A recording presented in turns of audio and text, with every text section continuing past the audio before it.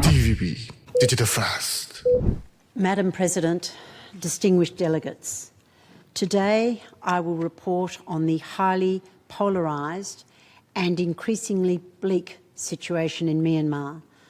But first, allow me to remind Member States of the origin of my role in tackling the crisis in Myanmar.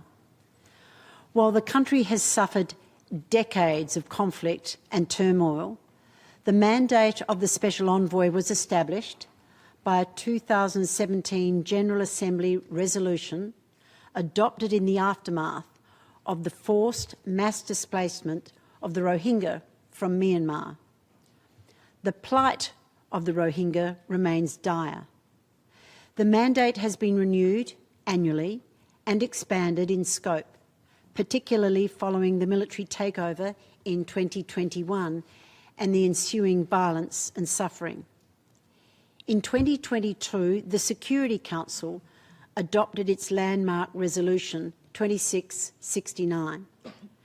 The General Assembly and the Security Council have consistently called for a cessation of hostilities, inclusive dialogue, unfettered humanitarian access, and the release of political prisoners.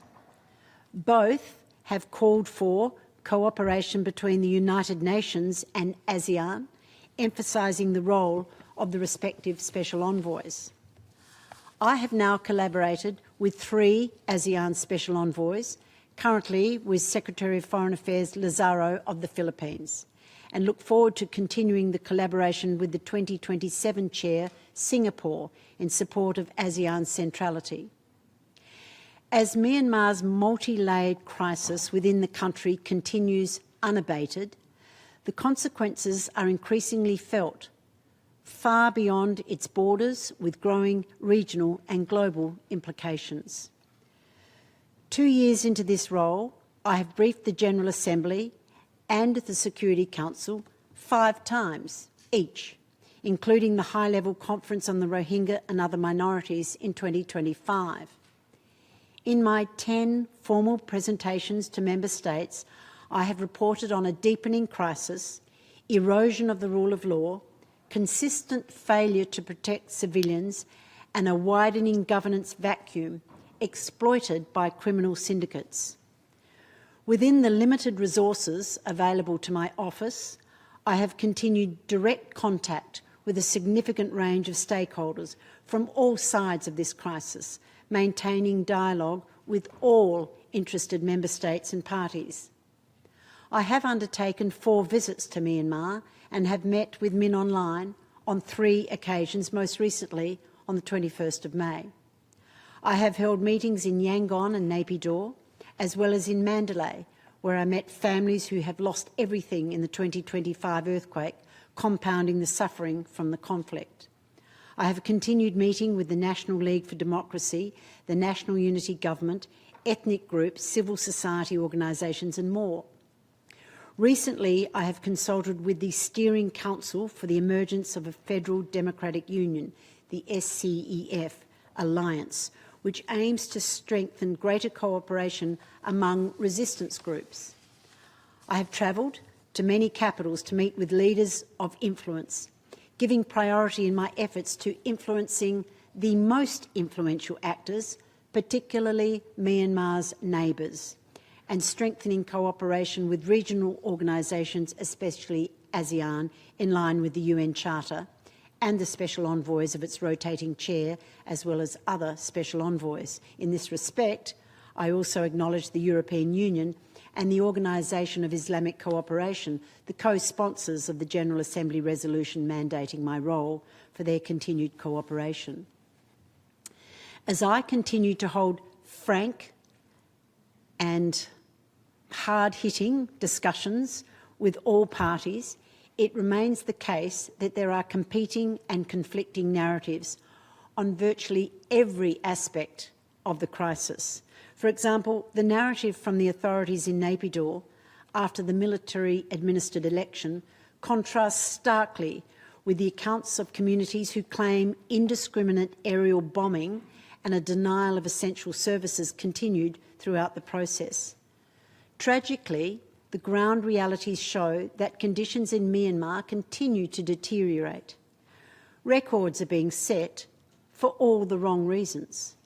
Myanmar is a global epicentre for cybercrime. Transnational criminal syndicates operating industrial-scale scam compounds have expanded their human trafficking networks as far as Africa and targeted victims across the United States, Asia and beyond. The country is now a global supplier of methamphetamine and opium. Myanmar has become the world's leading source of landmine casualties, 2025 being the deadliest year for children in Myanmar since the military takeover, with airstrikes the leading cause of civilian casualties. The collapse of the health systems risks triggering regional disease outbreaks. Myanmar is now among the world's 6th most severe hunger spots. It is experiencing high levels of displacement, with more than 3.7 million people internally displaced and a further 1.6 million across the region. Bangladesh alone hosts some 1.2 million Rohingya refugees, with Cox's Bazar now the world's largest refugee camp. These measures of human suffering alone should compel us to take action to prevent further deterioration. Some have claimed that the holding of an election would represent a new chapter. It would turn the page on the events triggered by the 2021 takeover. Last October, I referred Member States to the military's plans to hold general elections in 3 phases. Polling concluded in January 2026, with the Union's Solidarity Development Party, the USDP, the political wing of the military, securing a predictable landslide victory. Combined with the 25% of seats reserved for military appointees under the 2008 Constitution, the military's role in the life of the people of Myanmar has been further entrenched. Any opposition participation was severely restricted. In March, the military legislature elected Min Aung Hlaing as its political leader, foregoing his role as Commander-in-Chief. Military officers continued to occupy key positions. The overall outcome is viewed by a number of Myanmar stakeholders as a consolidation of power for the military. It is not seen as a transition to a civilian government. The military claimed free and fair polls and a legitimate process. Many on the ground described tight security, a reduced electorate, the exclusion of major political parties, low turnout and polls conducted in the midst of an ongoing armed conflict. The United Nations neither supported nor observed this process. A number of nations have taken the outcome of the polls to be an opportunity to normalise relations with Naypyidaw. Others have not. Those who participated in and supported the election of a civilian government in 2020 are more determined than ever to seek accountability. On issues of recognition, I remain guided by the Security Council and General Assembly, for only Member States can make that call. I have been urged to be clear-eyed about the realities in Myanmar. I'm continuously called upon to speak truth to the military leaders and supporters in accordance with the values and principles of the United Nations. Many claim that the overthrow of an elected government, the detention of its leaders and continued attacks on civilians cannot justify a return to normalcy. Engagement based on self-interest without reference to these realities is a lost opportunity. Consistent with ASEAN's position, I have echoed the Secretary-General's caution that an electoral process without a cessation of hostilities and commitment to inclusive dialogue risks fuelling further violence. Throughout the polls, military operations and aerial attacks continued, including strikes on civilian areas, with children among the victims. Villages are facing pressure from different armed actors, including forced labour and recruitment, extortion at checkpoints, and restrictions on movement and on the delivery of essential humanitarian support. The Secretary-General has condemned all forms of violence and has called on all parties to exercise maximum restraint, protect civilians and civilian infrastructure, and uphold their obligations under international human rights law and humanitarian law. I must report that neither these calls nor those of the General Assembly and Security Council have been heeded, in fact, have been ignored. Of growing concern is the situation facing young people. In our discussions, I am told that conscription by both the Myanmar military and resistance forces is increasing. Young people are fleeing, attempting perilous journeys, including by sea, becoming vulnerable to trafficking, exploitation, and the illicit economies driven by the drug trade and scam operations. Education opportunities are limited. Women's groups also report deepening risks, including conflict-related sexual violence. Against this background, I continue to encourage a range of actors to explore dialogue, and I continue my appeals for conditions to be established that are conducive to a cessation of violence wherever common ground can be found. I remain committed to helping bridge the divide in support of a Myanmar-led and Myanmar-owned peace process. Some leaders have appealed for stakeholders to engage adversaries as future partners, not as permanent enemies. This requires an end to the fighting on all sides. Around a third of the population live in poverty, and the economy remains stagnant. For diversified investment and assistance to return, there must be tangible progress. During my fourth visit to Myanmar last month, I emphasised in all my meetings civilian protection, humanitarian access and inclusive dialogue. In my third meeting with Min Aung Hlaing, he outlined his priorities, including a 100-day program on economic recovery and national reconciliation. He referred to his renewed invitations to armed resistance groups and ethnic armed organisations to join peace negotiations. I conveyed stakeholders' lack of confidence in calls for dialogue while military operations escalate. Others have questioned how Naypyidaw can gain legitimacy through diplomatic engagement while maintaining a regime marked by restrictions on fundamental freedoms and human rights violations. The announcement of the release from detention of President Win Myint gave initial hope for steps toward reconciliation, but the conditionality of his release has tempered international goodwill.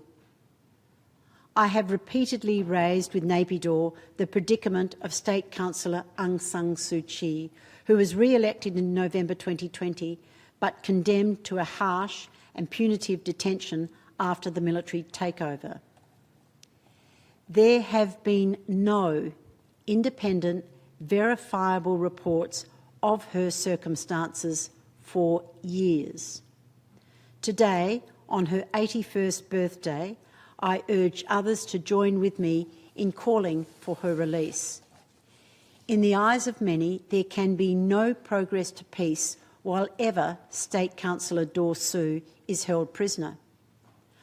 I reiterate the calls of this body for the immediate and unconditional release of all those arbitrarily detained, also reflected in the Security Council Resolution 2669. Without an inclusive peace process and negotiated political solution, Myanmar's socio-economic conditions will continue to deteriorate. Almost 10 years after their forced displacement, the Rohingya, most of whom are stateless, still face immense obstacles to a safe, voluntary, dignified and sustainable return to Myanmar.